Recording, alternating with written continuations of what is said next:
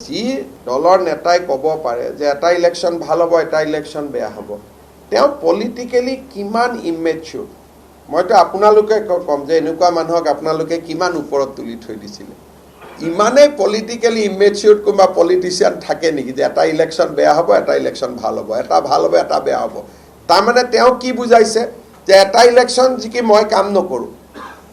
নকৰিলে পিছৰটো হাৰিম পিছৰটোত বিজেপিয়ে কাম নকৰিব গতিকে বিজেপি হাৰিব আৰে আমিতো ইমান ঢিলা মানুহ নহয়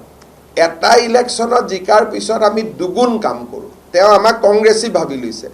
কংগ্ৰেছীৰ ফৰ্মুলাটো কি এটা ইলেকশ্যন জিকিলোঁ আৰু মই কাম নকৰোঁ পিছত বিজেপি আহিলে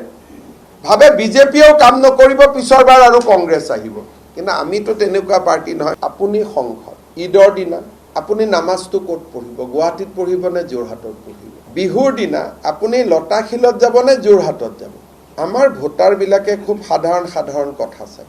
মই হিন্দু মুছলিম সেকুলাৰ কৈছোঁ আপোনাৰ নামাজ পঢ়িব মন ক'ত শিকিছে ক'ত শিকা নাইতো আপোনাৰ কথা কিন্তু নামাজটো আপুনি আমবাৰীত পঢ়িবনে যোৰহাটত গৈ পঢ়িব বিহুত আপুনি লতাশিল বিহুখন বহুত পুৰণা বিহু কিন্তু আপুনি এজন এমপি এতিয়া আপোনালোকে চাব দিলীপ শইকীয়াকে চাওক বা প্ৰদান বৰুৱাকে চাওক ব্যস্ততাৰ মাজতো নিজৰ সমষ্টিটো নেৰে গধূলি গৈ সমষ্টি পাই যায় হয়নে দিলীপ যিয়ে নাথাকক কিয় গৈ সমষ্টি পাই যায় সমষ্টিৰ মানুহক মৰম এটা লাগে আগত তেওঁ নগাঁৱত ইলেকশ্যন খেলিছিল নগাঁৱত পৰম্পৰাগত ভোট আছিলে মানুহে বাধ্যত পৰি কংগ্ৰেছক দিছিলে ভাবে বিজেপি আহিলে মছজিদ জ্বলাই দিব মাদ্ৰাছা জ্বলাই দিব গতিকে তেওঁলোকে কেতিয়াও জনপ্ৰিয়তাৰ ভোট পোৱা নাছিল ভয়ৰ ভোট পাইছিলে আজি ইমান দিনে যে কংগ্ৰেছত সংখ্যালঘু অঞ্চলত যে এমপি বিলাক জিকে তেওঁলোকে ভাবে তেওঁলোক জনপ্ৰিয় কাৰণে জিকে কিন্তু এইটো জনপ্ৰিয়তাৰ ভোট নহয় সংখ্যালঘু মানুহৰ মনত সোমোৱা ভয়ৰ ভোট এইটো যে বিজেপিক ভোট দিলে আজি যে প্ৰদ্যুৎ বৰদলৈ জিকে এইটো জনপ্ৰিয়তাৰ ভোট নেকি এটা জায়গাত প্ৰদ্যুৎ বৰদলৈ যাওক এটা জায়গাত আমাৰ কোনোবা এজন এমপি যাওক জনপ্ৰিয়তাটো আমাৰ বেছি কিন্তু ভোটৰ সময়ত মানুহখিনিক ভয় খুৱাই দিয়া যে মছজিদ ভাঙিব মাদ্ৰাছা ভাঙিব গতিকে ভয়তহে প্ৰদ্যুৎ বৰদলৈক ভোট দিয়ে ভয়তহে ৰকিবুল হুছেইনক ভোট দিয়ে ভয়তহে গৌৰৱ গগৈক ভোট দিয়ে যোৰহাটততো ভয় নাই গতিকে যোৰহাটৰ মানুহে পাৰফৰ্মেন্স বিচাৰে সংসদত তেওঁ মণিপুৰৰ কথা কয় যোৰহাটৰ কথাটো নকয়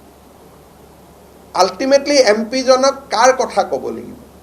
সেইকাৰণে মই ভাবোঁ যে পলিটিকেল দেউতাকৰ পৰা ডিৰেক্টলি যদি কোনোবা পলিটিচিয়ান হৈ যায় তেতিয়াহ'লে ক'ৰবাত নহয় ক'ৰবাত এক্সিডেণ্ট হ'ব কিন্তু কাৰ্যকৰ্তা হৈ যদি পলিটিচিয়ান হয় এক্সিডেণ্ট নহয় মই কাকো নাম ধৰি কোৱা নাই কিন্তু মই ইয়ং পলিটিচিয়ানসকলক ক'ব খোজোঁ বিশেষকৈ যাৰ দেউতাক পলিটিচিয়ান তেওঁলোকে দেউতাকৰ লিগেচিটো বাদ দি নিজে কাৰ্যকৰ্তা হৈ যে যুৱ মৰ্চা কৰিলোঁ মহিলা মৰ্চা কৰিলোঁ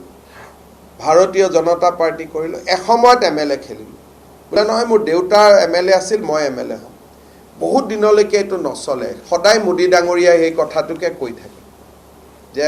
ফেমিলি ৰাজনীতি মানুহে এবাৰ বোলে ধুনীয়া এইটো অমুকৰ ল'ৰা গতিকে বাপেকৰ দৰে হ'ব বুলি এবাৰ ভোট দি দিয়ে কিন্তু এটা সময়ত মানুহৰ আমুৱাই যায় যে এইটোতো বাপেকৰ লগত কোনো লিংক নাই কাৰণ মইতো নাভাবোঁ যে তৰুণ গগৈয়ে কেতিয়াবা নিজৰ ল'ৰাক বিদেশী ৰাষ্ট্ৰৰ নাগৰিক কৰিলেহেঁতেন গতিকে তৰুণ গগৈতো সকলো হ'ব নোৱাৰে সকলোতো প্ৰফুল্ল মহন্ত হ'ব নোৱাৰিব সকলোতো হিতেশ্বৰ শইকীয়া হ'ব নোৱাৰে সকলোতো শৰৎ সিংহ হ'ব নোৱাৰে বাপেকৰ মেইন শিষ্যজন ল'ৰা ছোৱালী নহ'বও পাৰে বাপেকৰ আটাইতকৈ ডাঙৰ শিষ্যজন তেওঁৰ কোনোবা কাৰ্যকৰ্তা হ'ব পাৰে গতিকে ৰাজনীতি তেজেদি নহয় ৰাজনীতি পৰিশ্ৰম আৰু কষ্ট দি নিৰ্ধাৰণ হয় এইটো মই কাকো ব্যক্তিগতভাৱে কোৱা নাই সকলো ইয়ং পলিটিচিয়ানক মই ক'ব খুজিছোঁ যে বাপেকৰ নাম লৈ ৰাজনীতি কৰিব নালাগে নিজৰ ভৰিৰ ওপৰত নিজে থিয় হ'ব লাগে কাকো মই ব্যক্তিগতভাৱে কোৱা নাই